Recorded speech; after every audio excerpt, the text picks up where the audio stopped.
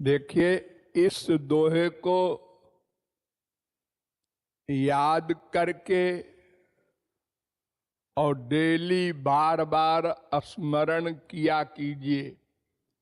मैंने पहले भी बताया था, फिर भी आप लोग परवाह नहीं करते।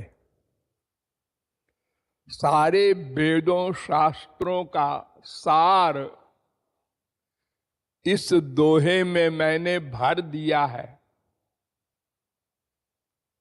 वो ये है कि चार ज्ञान हमको सदा साथ रखना है। नंबर 1, हरि गुरु की भक्ति। भक्ति माने मन का अटैचमेंट, प्यार। इंद्रियों से नहीं, मन से। ये दो की भक्ति क्यों आवश्यक है? इसलिए कि भगवान का कानून है कि डायरेक्ट कांटेक्ट मुझसे नहीं हो सकता। महापुरुष के द्वारा ही कोई मुझे प्राप्त कर सकता है। सो बिनु संत न काहू पाई। बिना महापुरुष के, संग के, शरणागति के भगवान नहीं मिलेंगे। इसलिए वेद ने कह दिया है, यस्य देवे परा भक्तिर यथा देवे तथा गुरु। जैसी भक्ति हरि में हो वैसी ही भक्ति गुरु में हो। कम ज्यादा नहीं, दोनों एक हैं। तो केवल भगवान की भक्ति का निषेध है। इसलिए हरि गुरु दोनों की भक्ति बताई गई। वैसे केवल गुरु की भक्ति से भी लक्ष्य की प्राप्ति हो जाएगी, लेकिन गुरु में चूंकि वो प्रत्यक्ष है, इसलिए कभी कभी दोष बुद्धि भी आ जाती है। जैसे गुरु ने अपनेपन से तुमको डांटा, तुम्हारे दोष बताए, तुम्हारी गलतियां बताई और तुमको फीलिंग हो गई, सबके बीच में हमको डांटा। अनंत अवगुण भरे हैं सब में, लेकिन पता नहीं क्या बात है, एक भी अवगुण मानने को तैयार नहीं होते हम लोग। और गुरु के द्वारा बताने पर भी हम विरोध कर देते हैं, नहीं नहीं ऐसा नहीं है। अपना अपराध मानते नहीं, और जो अपराध नहीं करते ऐसे महात्मा संत महापुरुष अपने को अपराधी मानते हैं।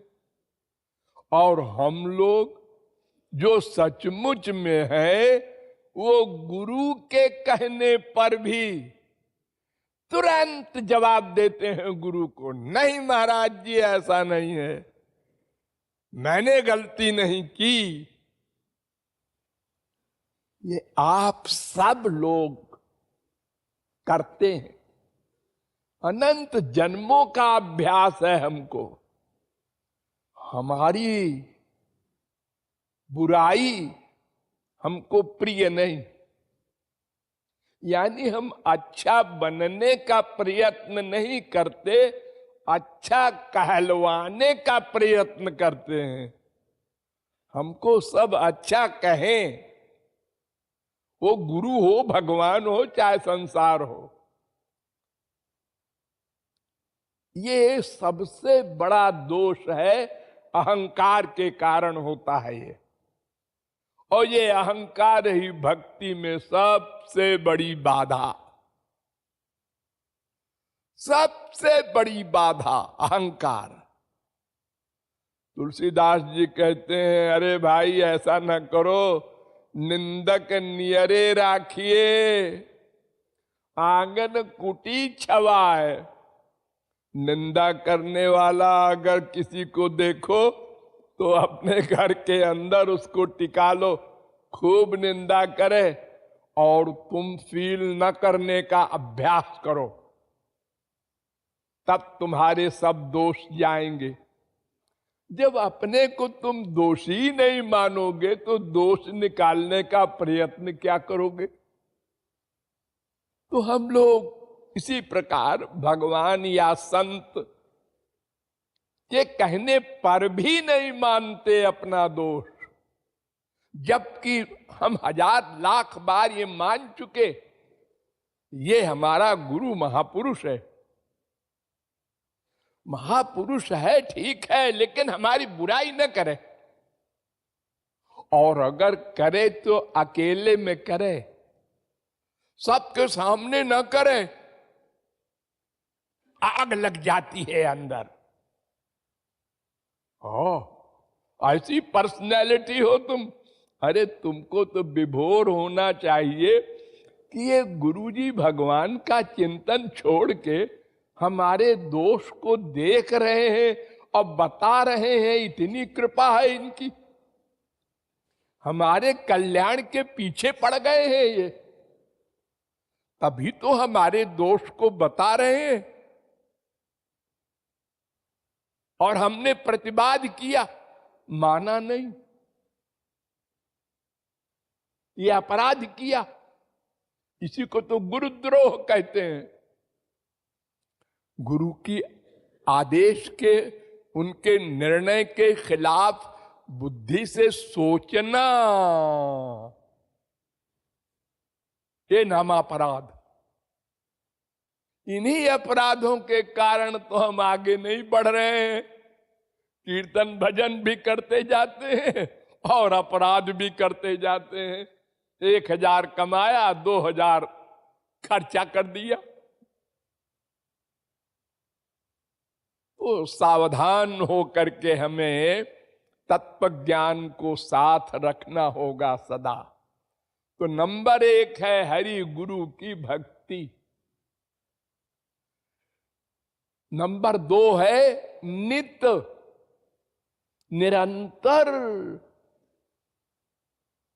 कभी गुरु को कभी भगवान को अपने हृदय में रखे रहे। हाँ, वो देख रहे हैं, वो नोट कर रहे हैं। हम अपराध करेंगे तो उनकी कृपा नहीं मिलेगी, हमको कृपा चाहिए। ये रियलाइज करते रहना चाहिए बार बार बार बार।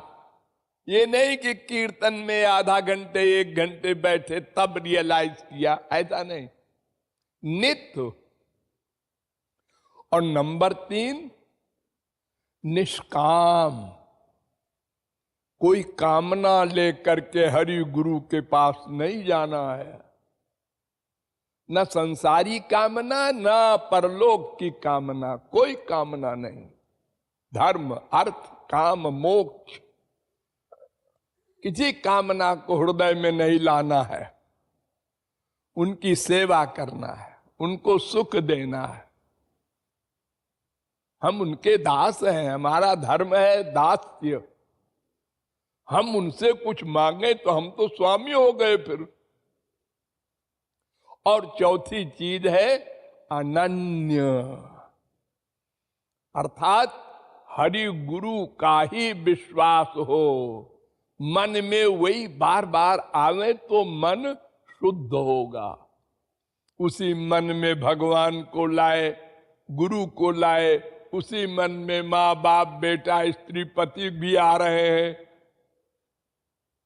संसार का प्यार, संसार की दुश्मनी, ये 2 खतरनाक चीजें आ रही हैं, तो मन और गंदा हो गया। इससे बचना। इसलिए अनन्य, अन्य माने माइक जीव या माइक वस्तु, इसमें मन न जाए, अटैचमेंट न हो। भगवान, उनका नाम, उनका रूप, उनका गुण, उनकी लीला, उनके धाम, उनके संत, इतने में मन रहे अनुराग युक्त, तो अंतःकरण की शुद्धि होती जाएगी। दिन प्रतिदिन आप आगे बढ़ते जाएंगे और थोड़े ही दिन में अंतःकरण क्लीन हो जाएगा, शुद्ध हो जाएगा। फिर इसके आगे हमारी ड्यूटी खत्म। अब गुरु और भगवान अपना काम करेंगे, वो बिना कहे करेंगे। हमको कहना नहीं पड़ेगा कि महाराज अब तो साफ हो गया, आइए। ना ना, वो आगे वाला काम वो अपने आप करेंगे। हमको ये 4 चीजें करनी है और इसका अभ्यास करना होगा, अपने आप नहीं होगा। कोई गुरु ऐसा अनादिकाल से अब तक नहीं हुआ जो हमारी एवज में साधना कर ले और हमारा काम बन जाए। स्वयं को भक्ति करनी पड़ेगी। अपना मन है, उसको स्वयं शुद्ध करने का साधन करना होगा। गुरु सब प्रकार की हेल्प करेगा, उसकी हेल्प के बिना तो 0/100। हम यही नहीं जानेंगे करना क्या है। 99% लोग मन से भक्ति करनी है ये जानते भी नहीं, और जो थोड़े लोग जानते हैं किसी महापुरुष के संग के कारण वो करते नहीं। इसलिए इसको करना होगा, अपने आप नहीं होगा।